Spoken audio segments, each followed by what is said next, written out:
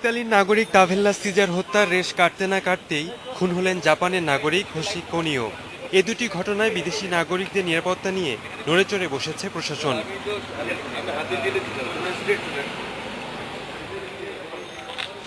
খুলনায় বিভিন্ন প্রতিষ্ঠানে কাজ করছেন ২ শতাধিক বিদেশি নাগরিক। তাদের নিরাপত্তায় বাড়ানো হয়েছে গোয়েন্দা নজরদারি ও পুলিশের টহল। এ বিষয়ে খুলনা জেলা পুলিশ এবং খুলনা মেট্রোপলিটন পুলিশকে নির্দেশ দেওয়া হয়েছে, তারাও নিরাপত্তা জোরদার করেছে এবং তাছাড়া তাদের যে গোয়েন্দা নজরদারি, সেই গোয়েন্দা নজরদারিও বৃদ্ধি করা হয়েছে। চট্টগ্রামে বিভিন্ন দেশের ২৫০০ নাগরিকের নিরাপত্তায় ৩০টি স্থানে বসানো হয়েছে নিরাপত্তা চৌকি। হোটেলে অবস্থানরত বিদেশিদের পাহারায় কাজ করছেন সাদা পোশাকের পুলিশ। বিভিন্ন গুরুত্বপূর্ণ এলাকায় টহল বৃদ্ধি সহ চেকপোস্ট বৃদ্ধি, গোয়েন্দা নজরদারি বৃদ্ধি, এগুলো আমরা অব্যাহত রেখেছি। এছাড়া বিদেশি নাগরিকদের তালিকা হালনাগাদেরও উদ্যোগ নেওয়া হয়েছে পুলিশের পক্ষ থেকে। সতর্কতামূলক এসব উদ্যোগে বিদেশিদের আতঙ্কিত না হয়ে সহযোগিতা করার আহ্বান জানিয়েছে পুলিশ। নিরাপত্তা আমরা দিয়ে আসছি, এখন পর্যন্ত আমাদের চট্টগ্রামে এই ধরনের কোনো আতঙ্কের কোনো কারণ আমি দেখি না, এই ধরনের কোনো আতঙ্কের কারণ সৃষ্টি হয়েছে বলে।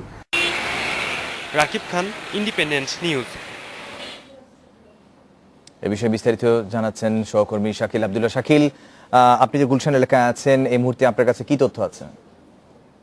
এই কূটনৈতিক পাড়ার কূটনৈতিক এলাকা এবং কূটনৈতিক যে সমস্ত অফিস রয়েছে তাদের সাথে কথা বলছেন, তাদের নিরাপত্তার বিষয়ে, তাদের ভয় ভীতি বা তাদের কোনো রকম থ্রেট আছে কিনা সে বিষয়গুলো জানতে চেয়ে তাদের কাছ থেকে তথ্য নিয়ে যাচাই বাছাই করে পুলিশ সে অনুযায়ী তাদেরকে নিরাপত্তা দিচ্ছে। এবং শুধু তাই নয়, এই জায়গাগুলোতে যে সমস্ত জায়গায় মূলত পুলিশের এই কূটনৈতিক এলাকায় প্রবেশের যে সড়কগুলো রয়েছে সেই সমস্ত সড়কগুলোতে নিরাপত্তা চৌকি বাড়ানো হয়েছে, পুলিশের সদস্য সংখ্যা বাড়ানো হয়েছে, রাতে টহল বাড়ানো হয়েছে, মোবাইল টহল বৃদ্ধি করা হয়েছে, মোটরসাইকেলের উপর বেশি করে নজরদারি রাখা হচ্ছে, বিশেষ করে কোনো কাজ ছাড়া এবং কার্ড বা পরিবাহী মোটরসাইকেল ছাড়া কাউকেই এখানে কোনো আরোহীকে প্রবেশ করতে দেওয়া হচ্ছে না।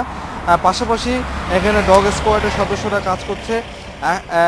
তবে আজকে সকালে যে সমস্ত জায়গায় মূলত বিদেশিদের আনাগোনা অনেক বেশি থাকে, বিশেষ করে আমি সকাল থেকে গুলশান পার্ক সহ বিভিন্ন জায়গায় শপিং মলগুলোর সামনে অবস্থান করছিলাম, কয়েকজন নিরাপত্তা প্রহরীর সাথেও কথা বলেছিলাম। তারা জানিয়েছেন যে এই দুটি ঘটনার পর হঠাৎ করেই বিশেষ করে টাভেলা হত্যাকাণ্ডের পর, ইটালিয়ান নাগরিক হত্যাকাণ্ডের পর বিদেশিদের সচরাচর চোখে পড়ছে না।